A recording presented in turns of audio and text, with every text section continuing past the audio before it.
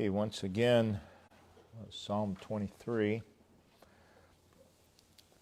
Started last week looking at verse 2. He, that is, the Lord who is, and the Lord who is my shepherd, He maketh me, so it's personal, to lie down in green pastures. Again, everything in the psalm flows from the Lord is my shepherd. Every single thing goes back to that. You remove the Lord is my shepherd, and none of the other things happen. The Lord is my shepherd. And what we see here in verse 2 is, well, throughout the entire psalm, is a picture of the blessedness of God's people. We saw last week that the pastures are described as green pastures. Pastures is plural. It's not green pasture, but green pastures. It's plural because of the variety. Not all green pastures are the same. Not all serve the same purpose. But they're all green, and they're all pastures. So it speaks of variety. It speaks of the abundance of these pastures, of the sufficiency, the plentifulness. And again, they're green. That is, they're not barren. They're not dry. They're not withered. They are green pastures. And we saw last week that what this means is that they are good, that they are exceptional, that they are appropriate, they are suitable, they are beneficial to the sheep. And the Lord doesn't just cause us to pass through these green pastures, but He makes us to lie down in green pastures. They're fresh, they're comfortable, they're satisfying. So it speaks of the Lord's provision of His own. And that's what we want to look at tonight. God is always providing for His people. All the time. There isn't a second in the day that He does not provide for His own. His provision is loving. His provision is wise. Again, we think we know what we need and when we need it. But His provision is wise. He knows exactly what we need. He knows exactly when we need it, and He knows how much we need. So His provision is always wise. His provision is always beneficial to us. We find no harm in the green pastures. There's nothing there that can hurt us. And He maketh us to lie down in green pastures. It's always beneficial. It's always timely. It's in God's timing. And God's timing is perfect. And these green pastures, not only are they loving and wise and beneficial and timely, they can be miraculous. That is, the Lord can put them anywhere. And He can put them where they don't exist. So they're miraculous as well. As we preached last Sunday, Exodus 16:4, I will rain bread from heaven for you. That is a type of the green pastures. That's what the green pastures do. They're for us. God leads us into the green pastures, causes us to lay down in the green pastures. He provides for us that which will help us. Even if God leads us somewhere that will cause us pain, it's to help us. It's always to help us, all the time. To encourage us, to strengthen us, to suffice us. And God uses these to instruct us, to teach us, and to give us assurance, and to bless us, and prepare us for what is ahead. So these green pastures, they picture a couple of things. They're God's provision. But they're God's provision of care and refreshment. The reason the shepherd leads the sheep to green pastures and causes them to lie down in green pastures is because he cares for them. Because those sheep need refreshment. So in a world that is dirty, contaminated, filled with that which is detrimental and destructive to our spiritual health, God the shepherd, and again, the Lord is. Everything He is as my shepherd. The Lord is. God the shepherd provides what is necessary to vigorous spiritual health. God does not give us that which will harm us spiritually. Now, we may misuse it and bring harm to ourselves, but God does not provide for us that which will harm us spiritually. Everything God sends our way is to promote vigorous spiritual health. These green pastures. It's pictured, the idea is pictured, if we go over to 1 Kings, chapter 19. We have Elijah. And in chapter 18,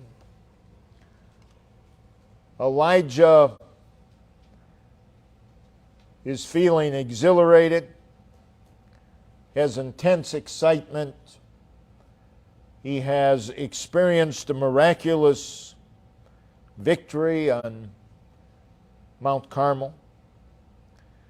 But then coming to chapter 19, there's a great contrast between the two chapters. Elijah goes from exhilaration and excitement and depending upon God and seeing God. He moves from that to dejection. Just in a matter of a couple days. And discouragement. And depression. From the mountaintop, from top of Mount Carmel, he descends, not just physically, but emotionally and spiritually, he descends into a deep, deep valley.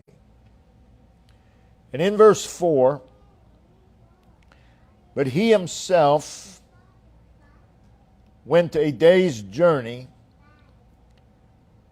into the wilderness.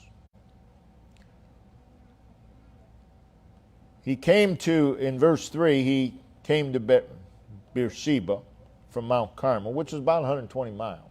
So that took a few days. And then he leaves his servant there, and now he goes a day's journey into the wilderness. And he came and sat down under a juniper tree. And he requested for himself that he might die. He prays that the Lord would kill him. He is feeling despair. He requested for himself that he might die. He's in great need. He's by himself. And then notice, and said, "It is enough." That's frustration. So you have despair, praying that he would die, and God would kill him. And then when he says, "It is enough," that's frustration. And he says, "O Lord, take away my life, for I am not better than my fathers." So he's in a position of despair and hopelessness. Elijah's not going to bring himself out of this state. And notice in verse 5, "And as he lay and slept," so he falls asleep under a juniper tree, "behold," now God's going to provide green pasture, "an angel touched him," to wake him up, "and said unto him, Arise and eat." And the Lord would provide something for him to eat. "And he looked, and behold, there was a cake baken." Not fried bacon, but baked. There was a cake baked. There was a baked cake on the coals. Who baked the cake? The Lord did. The Lord is providing for Elijah. And not only was there a baked cake, there was a cruse of water at his head. And he did eat and drink what God had provided, and laid him down again. And the angel of the Lord came again the second time and touched him. So he's fallen back to sleep. God has now given him, God has allowed him to sleep. He's given him rest. Then he gave him refreshment. And now he's allowing him to rest again. And the angel touched him and said, Arise and eat. Rise and eat again. And here's why. Because the journey is too great for thee. Elijah, you cannot make this journey on your own. But I have provided for you so that you can make this journey. And in verse 8, And he arose and did eat and drink, and went in the strength of that meat 40 days and 40 nights. God provided him strength for 40 days and 40 nights.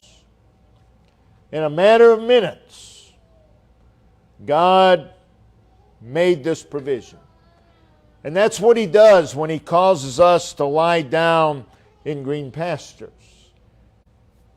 He leads us to those green pastures. He shows us those green pastures. He makes us to lie down in those green pastures, and we get strength. And we get strength to go on.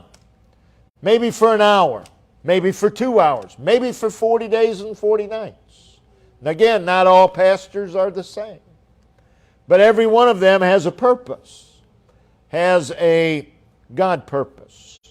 So God the shepherd has green pastures that will strengthen us, that will comfort us, that will prepare us, that will... We don't know what's going to happen from one minute to the next. So how can you prepare?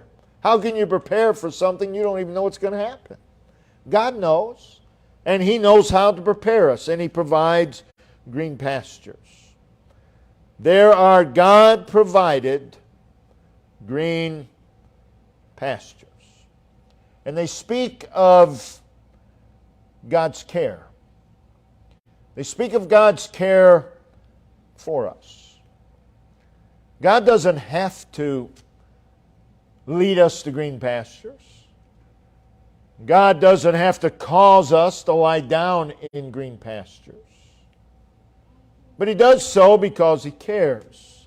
And it speaks of His willingness on my behalf. He's willing to take upon Himself our troubles, our concerns, our burdens. The green pastures not only speak of His care and His willingness, it speaks of His thoughtfulness.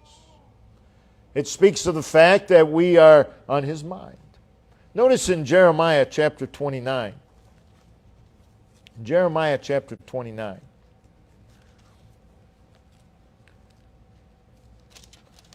In verse 11. He says, I know the thoughts that I think toward you, saith the Lord. And then He tells us they are thoughts of peace. They're thoughts of peace. That's what the green pastures provide us. They are thoughts of peace and not evil, and not of evil, to give you an expected end. So they are thoughts of peace. They are thoughts of love. God looks upon us just as He looked upon Elijah. Elijah was in a pitiful state. And God has thoughts of love toward him, thoughts of compassion, thoughts of care, thoughts of tenderness, thoughts of long-suffering, thoughts of grace, thoughts of mercy. And with all of those thoughts of Elijah, God provides for him. So the green pastures, all of it speaks of God is engaged on our behalf. And that's what it means when it says the Lord is my shepherd. It means God is engaged on my behalf. That's amazing. That's grace. That's mercy. God is engaged on my behalf. Is there a time when He isn't? No, He always is. He's always engaged on our behalf. So the green pastures speak of God's provision of refreshment. They speak of God's provision of rest. God's people need rest. Not in the way they think they do, but God's people need rest. The world is a restless, unsettled place. The world is marked by weariness. Physical weariness, mental weariness, emotional weariness, and the worst kind of weariness of all, spiritual weariness.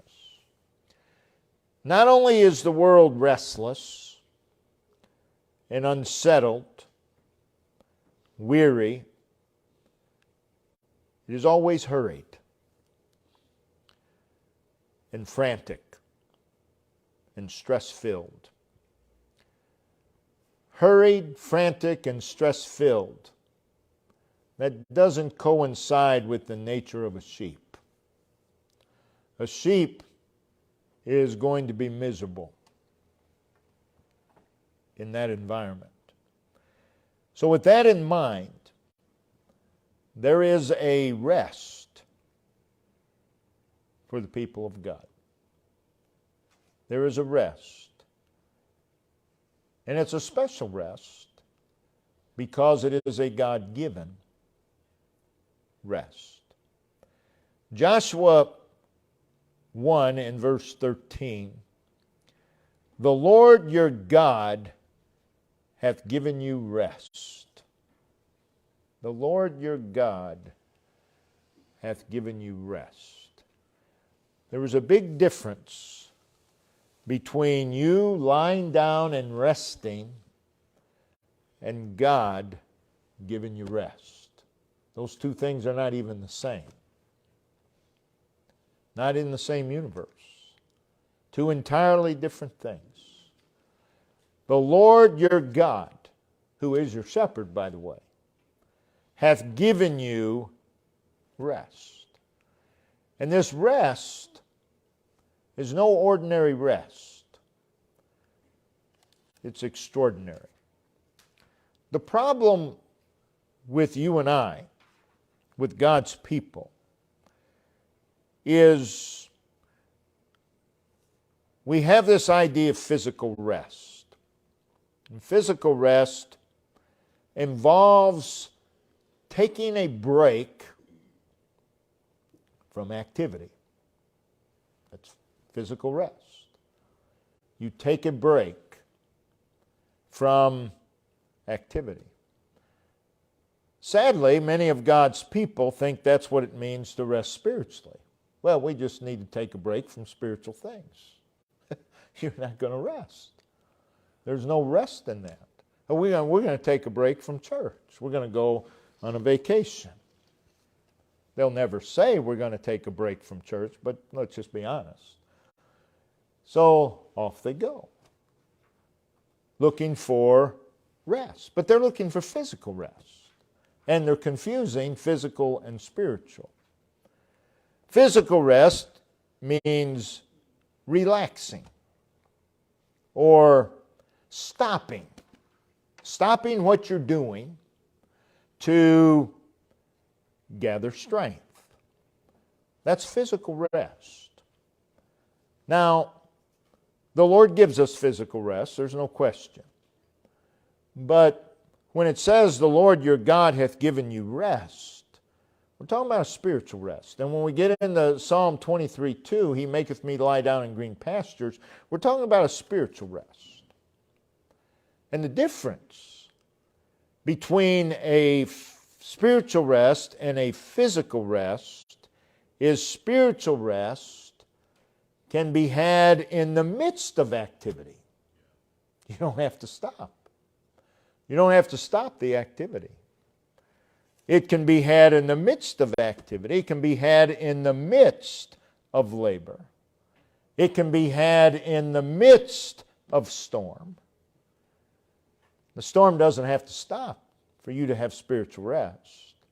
You don't have to stop the activity for spiritual rest. Spiritual rest can be had in the midst of upheaval, in the midst of trouble and threat and fear and disturbance and anxiety and unsettledness. And that's the green pastures. In the midst of all of these things, there it is, a green pasture. And God leads us to it. It's in the midst of these things. So this is a rest that, again, you don't have to take a break. Take a break. Well, you need a break. You need to just, go away for a couple weeks. And that's physical rest. It may be emotional and mental rest. But spiritual rest, you don't have to go away. And spiritual rest is the best rest you can have. So it's a rest greater than any labor, greater than any storm, greater than any upheaval, greater than any trouble. This rest is pictured, notice in Psalm 46, the first 3 verses. Psalm 46, verses 1 through 3. God is our refuge and strength, a very present help in trouble. Now that's not the words of somebody who's unsettled, somebody who's restless.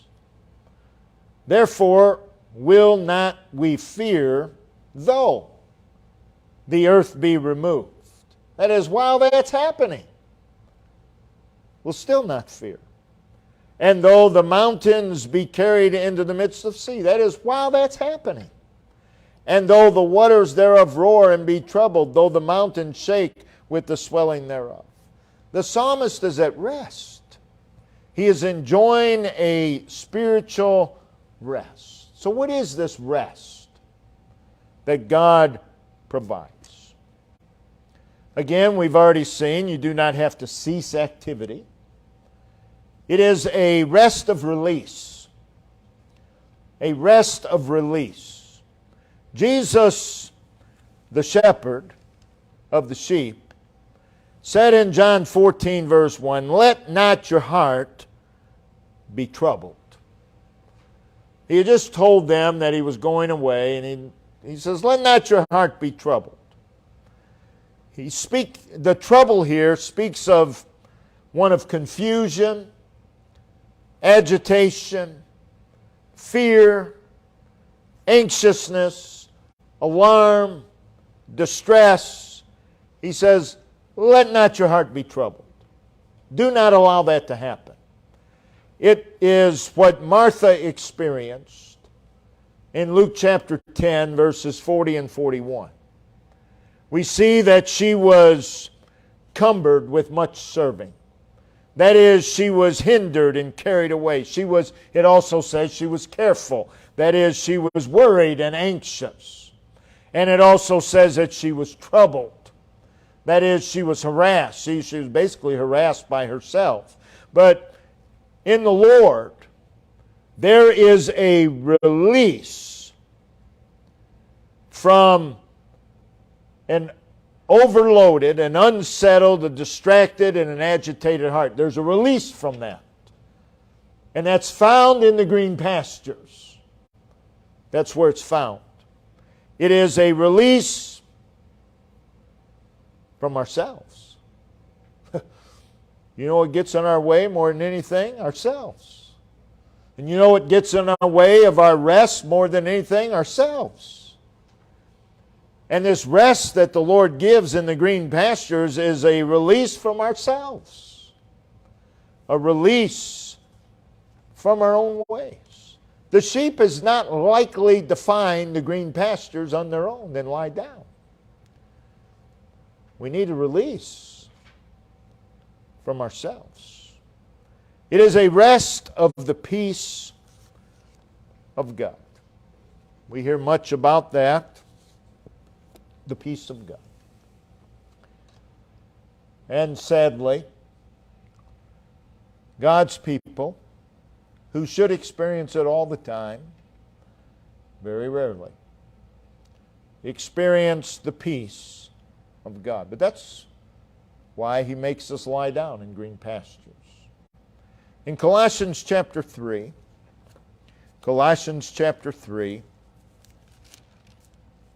verse 15.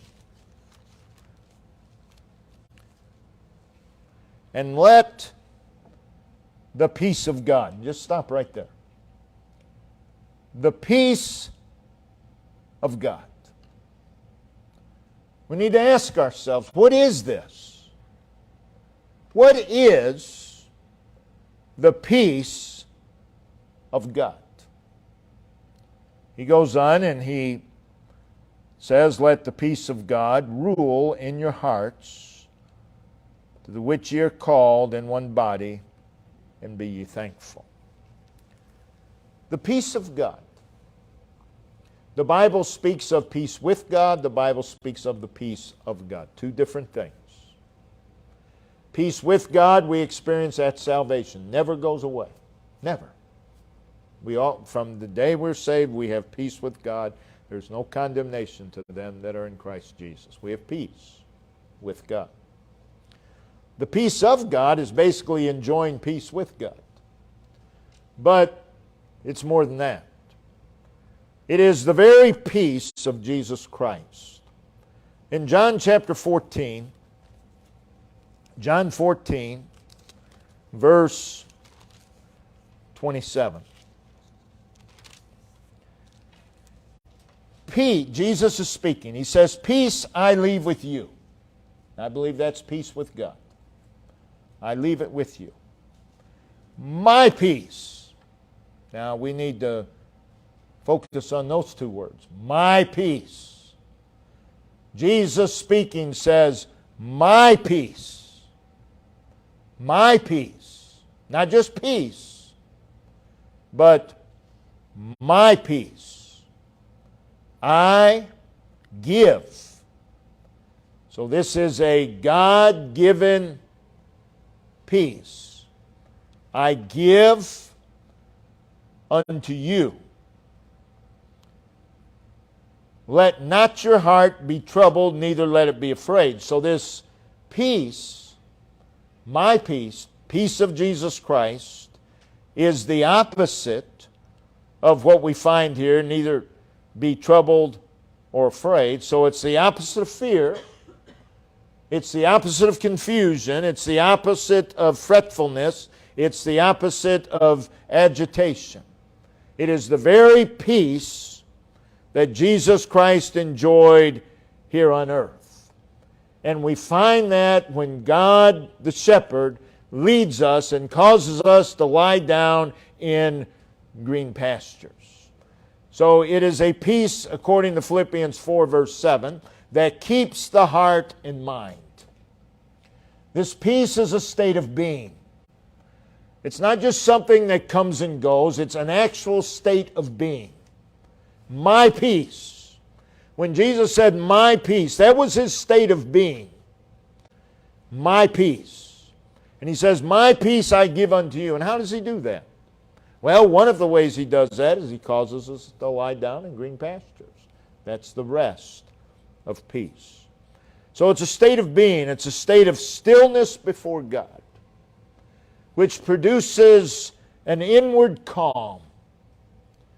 Everything could be falling apart, but there's an inward calm. There's an inward quietness, an inward tranquility. There's a composure. It's just the opposite of what we read in Isaiah 57, 20 and 21. The wicked are like the sea. Just the opposite of that. It's calm. It is a state of security. A state of security. A sense of safety. It's contentment. It's a state of knowledge. It's a state of confidence that all is well. That all is well. It is a state of harmony with God. It's a state of joy. It's a state of pleasure and delight in the Lord. A state of spiritual fulfillment. It's rejuvenation. This peace. And God gives it to us in the green pastures. This rest of peace, Colossians 3:15, is in the heart. It's in the heart. Therefore, it defines our life. It shapes our life. But notice also, let the peace of God rule in your hearts. So this peace of God in our hearts that the Lord gives, and one of the ways He gives it is He causes us to lie down in green pastures, is active. It rules. So this peace of God is actually living under the control of the very peace of Jesus Christ. It's not living under the control of circumstances or people. When you live under the control of people and circumstances, you have no peace. You have nothing but restlessness and agitation and frustration. But this is a peace. We live under the control of this peace. It controls us. It presides over us. It rules in our heart. It governs our heart. It's illustrated all through the Word of God. Jesus calming the storm. Peace be still. And all was calm. That's this peace that we're talking about. There can be a storm all around and the Lord turns it into calm. It's seen in the demon-possessed man of Gadara after the Lord had cast out the demons in Mark 5, verse 15. He's seen sitting at the feet of Jesus, clothed and in his right mind. Quite a change. God has given him that peace. And God gives us that peace, and we find it in the green pastures. We see the woman who had a blood issue for 12 years, Mark 5:34. Go in peace and be whole, Jesus said. We see this peace in Peter when he was imprisoned. Notice in Acts chapter 12. Acts chapter 12 and verse 6. About halfway down, Peter was sleeping between two soldiers, bound with two chains. And he was sleeping in that condition. That's peace. That's the peace that we're talking about. We see it in Paul and Silas in the Philippian jail, singing praises unto God. It's expressed, notice, by Paul in 2 Corinthians chapter 4. 2 Corinthians 4, verse 8 and 9. We are confident, I say, and willing rather to be absent from the body and to be present in the Lord. I'm in chapter 5. I want chapter 4, verse 8, verse 9. We are troubled on every side, yet not distressed. That's peace. Trouble everywhere, but we're not distressed. We are perplexed, but not in despair. We're confused. We may not know where we're to go, but not to the point of despair, because God gives peace.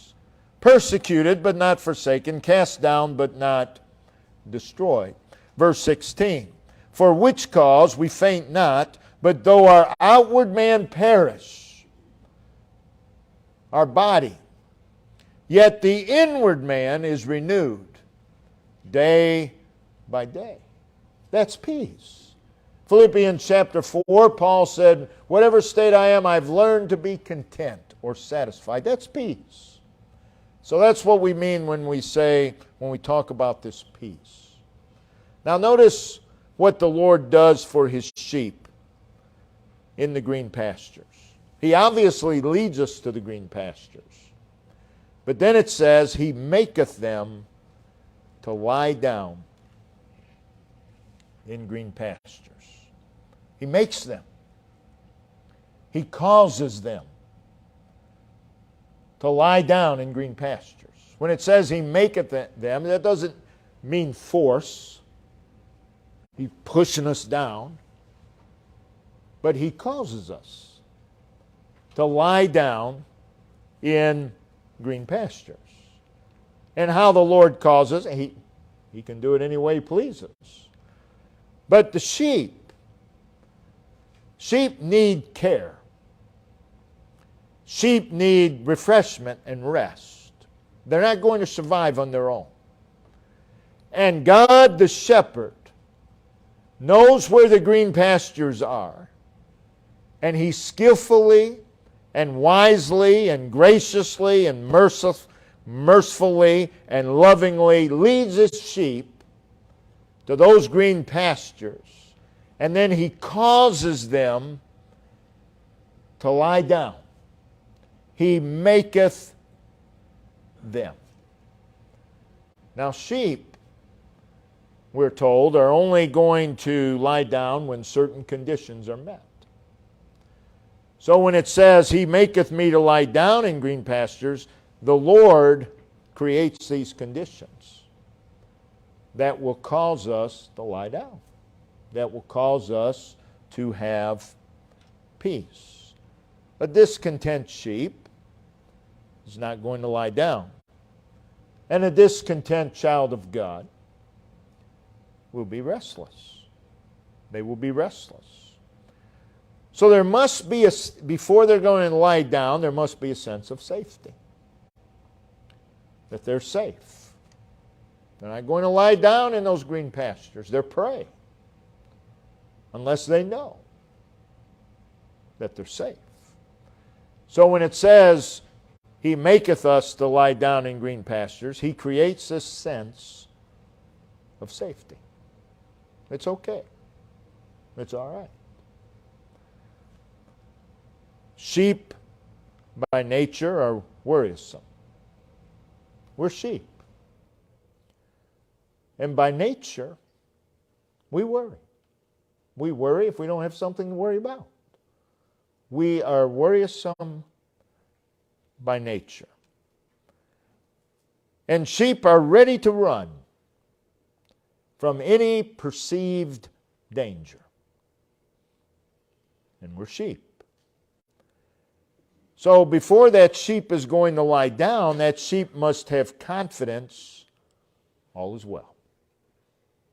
And the Lord calls us that. That's how He makes us to lie down. There must be a sense of comfort. And what gives the comfort is the security and the confidence that all is well. So the shepherd creates this atmosphere. So then we got to ask ourselves, how does He create this atmosphere? He does so by His presence. He causeth the sheep, He maketh the sheep to lie down. All the sheep needs to see is the shepherd. And when that sheep can see the sheep know, I'm safe. All is well. And when we can see the Lord, then we know all is well. And we have peace. And we lie down in green pastures. We read in Psalm 37, verse 7, rest in the Lord. That's where our rest is. That you can have green pastures, but if the sheep don't see the shepherd, they're not going to lie down. They have to see the shepherd. Rest in the Lord. In the presence of God, there is rest. We need the presence of the Lord. Rest in the Lord. So again, as we mentioned last week, we get it backwards. God's people seek the green pastures. Nowhere in the Scriptures will you find a command to seek the green pastures. You will find the command to seek the Lord. You seek the Lord. And the end result will be green pastures. Don't get it backwards. The Lord is always the priority. Seek the Lord. And when you do, you know what you'll find? You'll find yourself lying down in green pastures. Seek Him. Don't seek the green pastures. Seek Him. So what a wonderful thought. He maketh me to lie down in green pastures. Then it goes on to say, He leadeth me beside the still waters. And we'll look at that next week. Brother Ben, if you'll come and lead us in verse of song. Let's all